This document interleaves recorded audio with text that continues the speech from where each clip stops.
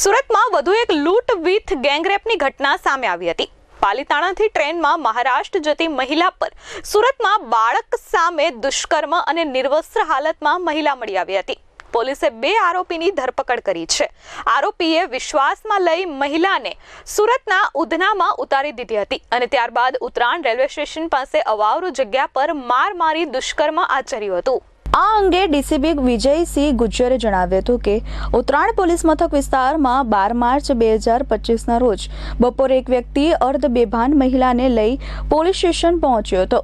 મહિલાને પોલીસે પૂછપરછ કરતા તેને પોતાની સાથે રેપ થયો હોવાનું જણાવ્યું હતું, પરંતુ તે પૂરતી વિગત આપતી નહોતી।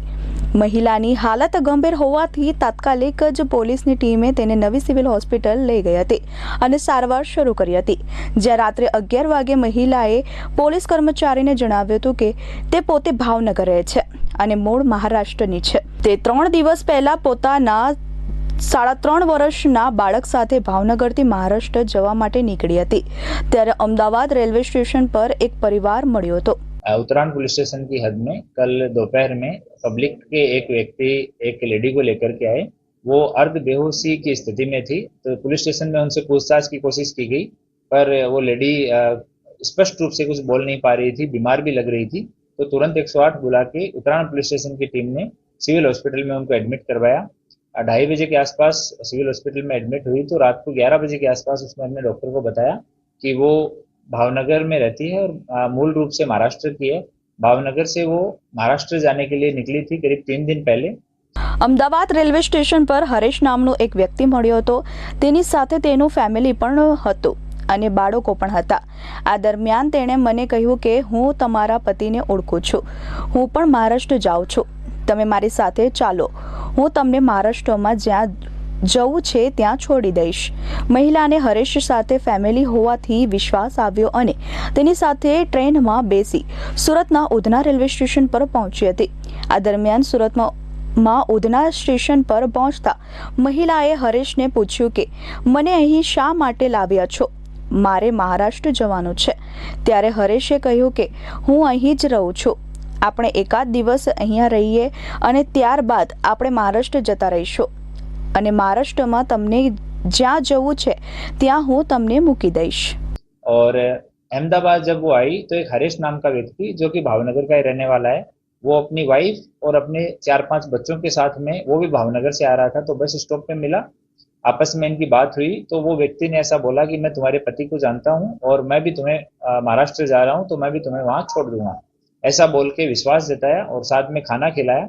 उस लेडी को वो दोनों हस्बैंड वाइफ और उनके बच्चे ये साथ में लेके और सूरत आए। सूरत में Udhna police station, Udhna railway station है, वहाँ पे ये लोग उतरे। तब भी वो लेडी ने कहा कि मुझे सूरत में क्यों उतार रहे हो, मुझे महाराष्ट्र जाना है। तो ये हरेश जो है इसने उसको झूठा दिलासा दिया कि नहीं, मैं तुम मेरे साथ चलो और हम एक बार यहाँ चलेंगे, यहाँ मैं रहता हूँ, उसके बाद मैं महाराष्ट्र चलूंगा, तो तुम जहाँ भी बोलोगी मैं तुम्हें छोड़ दूंगा। હરેશ કચરો વીણવાનું કામ કરે છે અને મહિલાને લઈ તે ઉત્તરાયણ રેલવે સ્ટેશન પાસે અવાવરૂ જગ્યા પર મહિલાને લઈને પહોંચ્યો હતો અને મહિલાને કહ્યું હતું કે તમે અહીં રહો, હું જમવાની વ્યવસ્થા કરું છું। ત્યારબાદ મહિલા અને હરેશનો પરિવાર ત્યાં જ બેઠો હતો અને રાત્રે જમ્યા બાદ મહિલા સૂઈ ગઈ હતી। ત્યારે હરેશે મહિલા સાથે મારપીટ કરી દુષ્કર્મ આચર્યું હતું અને ધાક ધમકી આપી માર માર્યો હતો। મહિલાએ પોલીસને જણાવ્યું હતું કે હરેશે મારી સાથે દુષ્કર્મ આચરી મારા કાનમાં અને નાકમાંથી સોનાની વસ્તુઓ હતી તે અને મોબાઈલ તથા રોકડ રૂપિયા લૂંટી લીધા હતા। હરેશ રેપ કરી જતો રહ્યો હતો। ત્યારબાદ ત્યાં કચરો વીણતો મૂળ ઓડિશાનો શંકર નામનો વ્યક્તિ આવ્યો હતો અને તેણે પણ મને માર મારી દુષ્કર્મ આચર્યું હતું।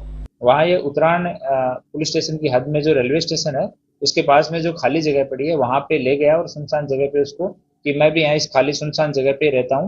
ये हरीश जो है वो कचरा बीनने का काम करता है, प्लास्टिक की बोतल उठाने का। तो बोले कि मैं यहीं रहता हूँ, मेरी फैमिली भी यहीं रहती है, तुम भी यहीं रुक जाओ, थोड़ी देर में खाने पीने की व्यवस्था करता हूँ। वहाँ पे उसको रखा और उसी रात को उसने हरीश ने ये महिला के साथ में रेप किया और उसके साथ मारपीट भी की। और उसने अपने स्टेटमेंट में भोग बन्नार का कहना है कि मेरे कानों में सोने की बालियां थी, नाक में बाली थी, कुछ पैसे थे और मोबाइल था। ये सब चीज़ें मुझे हरीश ने पहले धमकाया देने के लिए, बाद में मैंने मोबाइल दे दिया फिर जबरदस्ती कान की और नाक की चीजें जो है और कुछ पैसे थे 3,000 के आसपास, तो वो उसने छीन लिए। હરેશ અને શંકરે 2 દિવસમાં બે વખત મારી સાથે દુષ્કર્મ આચર્યું હતું અને મને ગંભીર રીતે માર માર્યો હતો. આ ઘટના બાદ હું મેન્ટલી ડિસ્ટર્બ થઈ ગઈ હતી, જેથી હું ક્યાંક પણ ગઈ નહીં અને ત્યાં જ બેસી રહી હતી. ત્યારે નમન નામનો એક વ્યક્તિ પોતાના પાલતુ શ્વાનને લઈ ત્યાંથી નીકળતો હતો. ત્યારે તેની નજર મહિલા ઉપર પડી હતી અને નમને મહિલાની પરિસ્થિતિ વિશે પોલીસને વાત કરી હતી. પોલીસે તાત્કાલિક જ ઉત્તરાણ પોલીસ મથકમાં ફરિયાદ નોંધી હરેશ અને શંકરને ઝડપી પાડ્યા હતા. પોલીસે બંનેને ઝડપી તેને ફોટોગ્રાફ નવી સિવિલ હોસ્પિટલ ખાતે સારવાર હેઠળ રહેલી મહિલાને બતાવવામાં આવ્યા હતા. ત્યારે આ મહિલાએ જણાવ્યું હતું કે હા, આ બંને જ શખ્સો છે જેને મારી સાથે દુષ્કર્મ આચર્યો છે અને મને મારી લૂંટી લીધી છે. ઘટનાને પગલે પોલીસે તાત્કાલિક જ બંનેની અટકાયત કરી છે.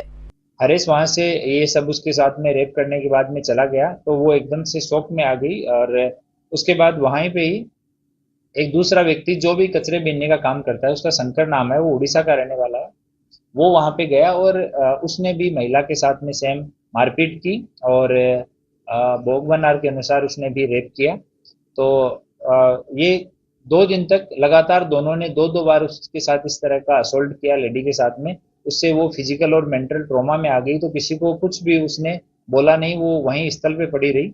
तो वहाँ एक पास में सोसाइटी में रहने वाला एक नमन करके लड़का है, वो अपने डॉगी को वहाँ पे वॉक कराने ले जाता था, तो 2 दिन से उसको ऑब्जर्व किया और नमन ने पुलिस को आके बताया और उसके बाद में ये मैटर सामने आया। तो अभी भोग बन्नार के फरियाद के ऊपर उतराण पुलिस स्टेशन में FIR रजिस्टर की गई है और दोनों जो अक्यूज हैं उनको डिटेन किया गया है। अभी पूछताछ चल रही है।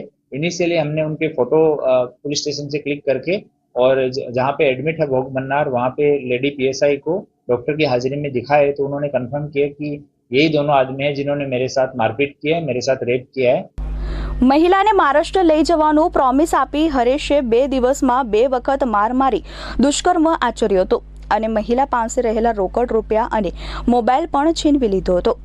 જો કે આ સાથે શંકર નામનો વ્યક્તિ પણ મહિલા સાથે દુષ્કર્મ આચરતો હતો અને માર મારતો હતો. મહિલાને મારવાના કારણે ગંભીર ઈજાઓ પહોંચી છે. DCPએ જણાવ્યું હતું કે મહિલાના શરીર ઉપર ઈજાના નિશાનો જોવા મળ્યા છે. હજુ મહિલા મેન્ટલ ટ્રોમામાં છે. તે હજુ પણ ઘટનાને લઈ વધુ કંઈક બોલી શકતી નથી, જેથી ધીમે ધીમે તેની પાસેથી માહિતી એકત્ર કરવામાં આવી રહી છે અને તેમના પરિવારનો સંપર્ક કરવામાં આવ્યો છે.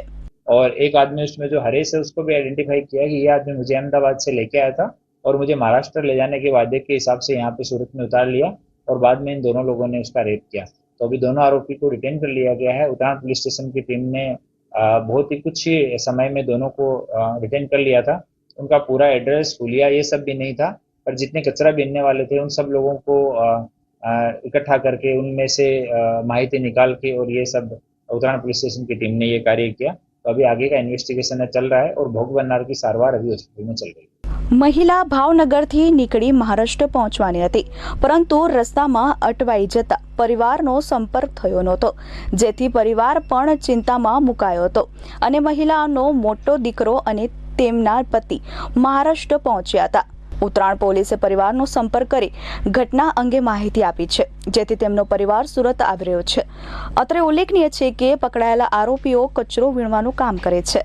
મહિલાને મહારાષ્ટ્ર લઈ જવાનું પ્રોમિસ આપનાર હરેશ મહેશ વાઘેલા દેવી પૂજક સમાજમાંથી આવે છે અને મૂળ ભાવનગરના નારી ચોકડી પાસે રસ્તા પર રહે છે. સુરતમાં તે કચરો વીણવાનું કામ કરે છે. રેલવે સ્ટેશન અને અવાવરૂ જગ્યા ઉપરથી તે કચરો વીણે છે. જ્યારે શંકર નામનો વ્યક્તિ મૂળ ઓડિશાનો છે અને તે પણ રેલવે સ્ટેશન અને આજુબાજુના વિસ્તારમાંથી કચરો અને પ્લાસ્ટિકની બોટલો વીણવાનું કામ કરે છે. હાલ તો પોલીસે બંને આરોપીઓની અટકાયત કરી છે. उसकी बॉडी पे कई जगह पे इंजरी के निशान है मारपीट के कारण, और ये 2 लोगों के इस तरह के असोल्ट के कारण वो मेंटल भी थोड़ी सी ट्रॉमा में है, तो अभी ज़्यादा बात नहीं कर रही है। उन्होंने अपना स्टेटमेंट दिया है जो हमने रिकॉर्ड किया है और उसकी फैमिली को इन्फॉर्म किया है। तो फैमिली उनके ढूंढते हुए वहाँ भावनगर से जब वो 2-3 दिन तक नहीं पहुंची, तो उनका बेटा और उनका हस्बैंड ढूंढते हुए महाराष्ट्र चले गए। वो लोग भी अभी वापस आ रहे हैं, तो आगे की कार्यवाही इन्वेस्टिगेशन जो है वो चालू है। क्रिमिनल बैकग्राउंड कोई भी नहीं है दोनों का। जो शंकर है वो उड़ीसा के गंजम जिले का रहने वाला है उसकी फैमिली वहीं पे रहती है, वहाँ उसकी थोड़ी सी ज़मीन है और एक छोटी सी दुकान है वो, और यहाँ पे वो कचरा और प्लास्टिक की बोतल है वो बीनने का काम करता है। दूसरा हरेश जो है वो भावनगर का रहने वाला है, वहाँ नारी चौकड़ी के पास में फुटपाथ के पास ये लोग रहते हैं, देवी पूजक समाज से है और वो यहाँ पे भी कचरे बीनने का ही काम करता है। ब्यूरो रिपोर्ट H24 न्यूज़ सूरत।